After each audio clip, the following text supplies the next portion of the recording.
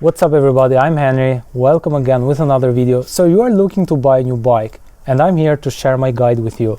So as you can see, I'm very structured and organized, so I'll be dividing my guide with you into 6 aspects. So we'll talk about the frame first, then we'll talk about the gears, brakes, wheels, tires, and in the end we'll talk about the pedals. So first of all, let's talk a little bit about the frame. Why the frame is such an important aspect. The frame is the one thing you can never change from your bike.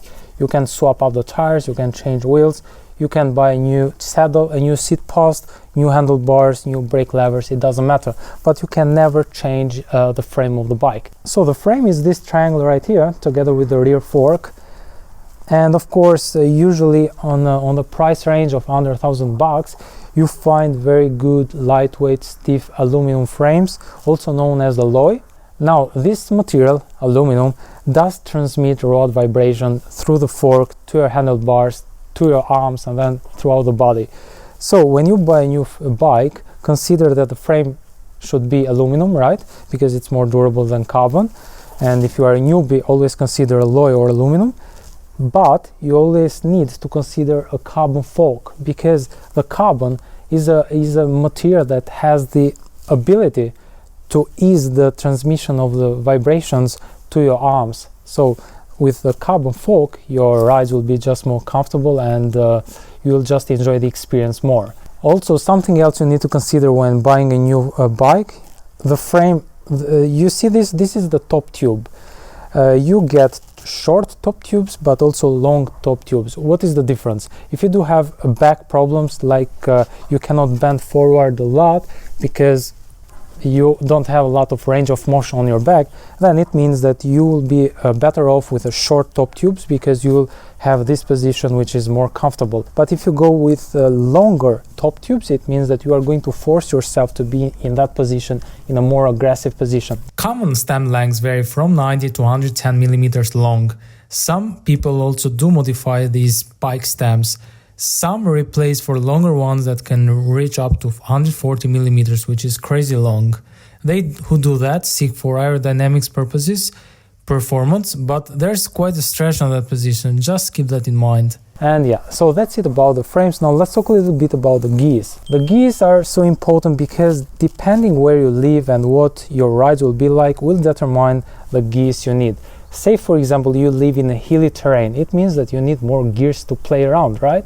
Say you are living in a flat area, you don't need so much gears, you can also be good with a single gear bikes. Usually on the bike store you will find double, triple chainring bikes and a cluster of gears in behind, but also single gear bikes. If you live in a very flat area, no inclines, no hills, just flat terrain, and your intentions are to hang around, go to the store, go here and there, literally short distances, then single gear bikes are the best option for you to look for.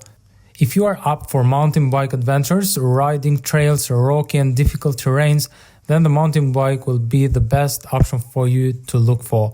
You can also go for cyclocross bikes, which I love because they are so great and they come with skinnier tires than mountain bikes, but you can do so much with them, have fun riding on the mud, trails, while maintaining some speed. Now, if your ride plans are performance, serious training, races, long rides on smooth surface, then the road bike is just the best option for you to look for. Next, let's talk a little bit about the brakes. Brakes are also important, and I know that you recently have heard about disc brakes and also of course the traditional rim brakes. Now disc brakes of course are much stronger and much powerful than the rim brakes and make also less noise, but this doesn't mean that necessarily disc brakes are always better than rim brakes. Now I would categorize it this way.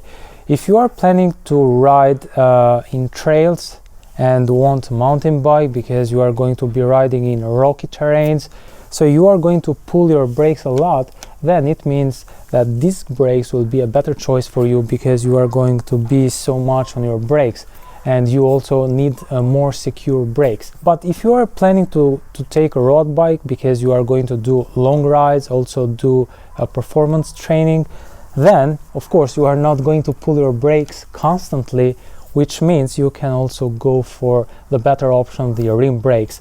because you don't want to pay extra $100 or $200 for disc brakes on a road bike, so you are not going to use them so much, because you are going to ride for 40, 50, 60 kilometers, and you are going to use your brakes maybe twice on that road, because it's an open way, it's an open road, so you don't need the brakes in that case, right?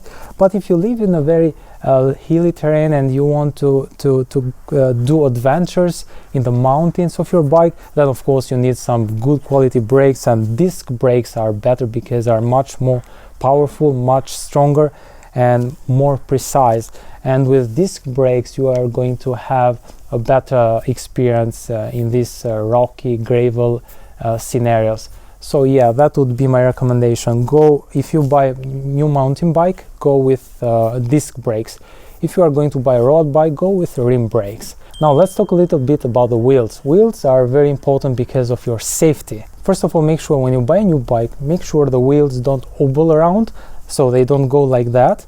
Also make sure to give it a spin, like get in a bike and do a spin around. And because also if you buy a bike with heavy wheels, then you will have a bad experience in the long term, because you know the carriage, the load will be so much heavier, and so you don't want that, right? So just check the wheels always, make sure they are good material, they are lightweight, and yeah, that's it. Because if you want to invest in a new pair of wheels, they cost a lot, so make sure in the first place the wheels are a great choice, because they make a lot of this difference. From the wheels, let's get to the tires. I'm always excited when I talk about the tires, because different terrains, or depending what your cycling plans in the future, will determine the right tires for you. Say for example you are going to do a lot of riding in gravel terrains with a lot of little stones, then you need certain tires with certain structure, right? Say you are going to do a lot of touring, a lot of long rides in very clean surface area, then you need very thin tires, right?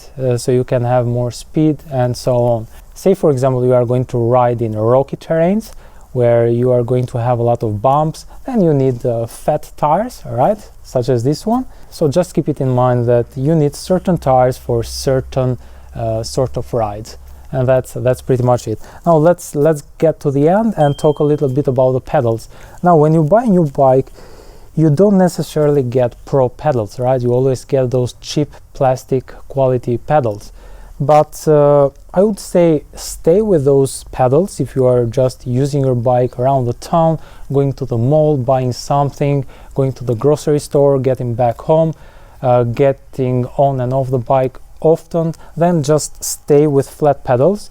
You can of course get metal ones if you just prefer higher quality, but yeah, flat pedals are great for those scenarios. Say for example you need performance, right? Because you are going to be training for a triathlon race or just for cycling town races, so you need road bike style pedals, because with those certain pedals, those do extend more on the shoe you are wearing, and so you are going to generate more power and exert more force, and so you will achieve more performance and more speed. But if you are going to ride a lot in certain terrains, in hilly area, mountains, then mountain bike pedals are just great. When I had my road bike, I used to wear mountain bike pedals, because mountain bike pedals are just awesome, you know, because I found them more appealing, they are just great, they look good, they are tough, and so on. And that was pretty much it, guys. I really hope you found this video helpful. If so, make sure to give it a thumbs up, because it always does help a lot. And if you are liking my contents, make sure to subscribe to my channel for more stuff upcoming on. And so if you do have any further question about this video, this guide, make sure to leave it down below in the comment section below, and I'll be glad to answer you. I'm Henry, have a good one, bye bye.